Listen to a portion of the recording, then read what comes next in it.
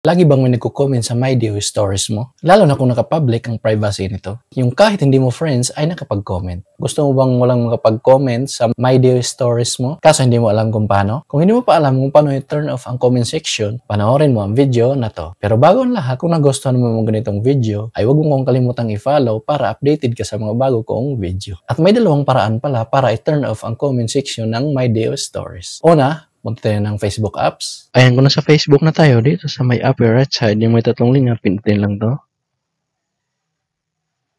Then, pindutin itong see your page. Then, sa inyo ay see your profile.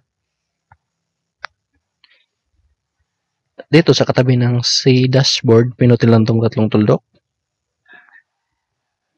Then, pindutin itong archive. Then, pindutin itong story archive. Then, pindutin itong gear icon or settings. Pindutin itong see all stories settings.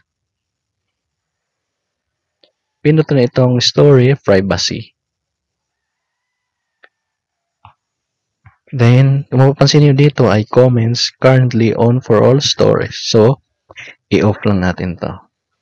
Ayan, naka-off na. Kung hindi naman, kung halimbawa, isang stories lang yung i-off yung comment nyo, may ibang option naman. So, hindi lahat ng stories ay kailangan mong i-turn off. Para magawa natin yon ay pupunta tayo sa stories natin. So, back lang natin.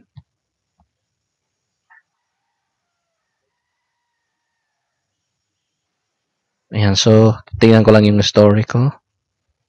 So, halimbawa, itong story ko na to ay ito lang yung turn off ko yung comment. So, gagawin ko lang ay dito sa taas, yung may tatlong tuldok, pinutin lang to. Then, kung mapansin nyo, turn off comments for this story. So, pinutin lang to. Then, turn off comments. People aren't able to comment on this story, but they also able to react and send message to you. So, kahit naka-turn off pa yung comment, ay pwede silang mag-react at pwede makapag-message. So, turn off lang natin.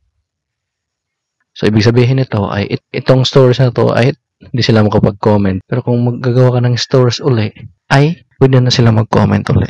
So, ito lang yung stories na yun. So, kung ayaw mo kapag-comment sila sa lahat ng stories mo, ang gagawin mo lang ay sundan nilang yung ginawa ko kanina, yung pinakaunang paraan. So, ganoon lang kadali, paano i-turn off ang comments sa ating My Day o Stories. Kung nagustuhan mo ang video na to, huwag kalimutang mag-like, subscribe, at hit notification bell para updated ka sa mga bago kong video.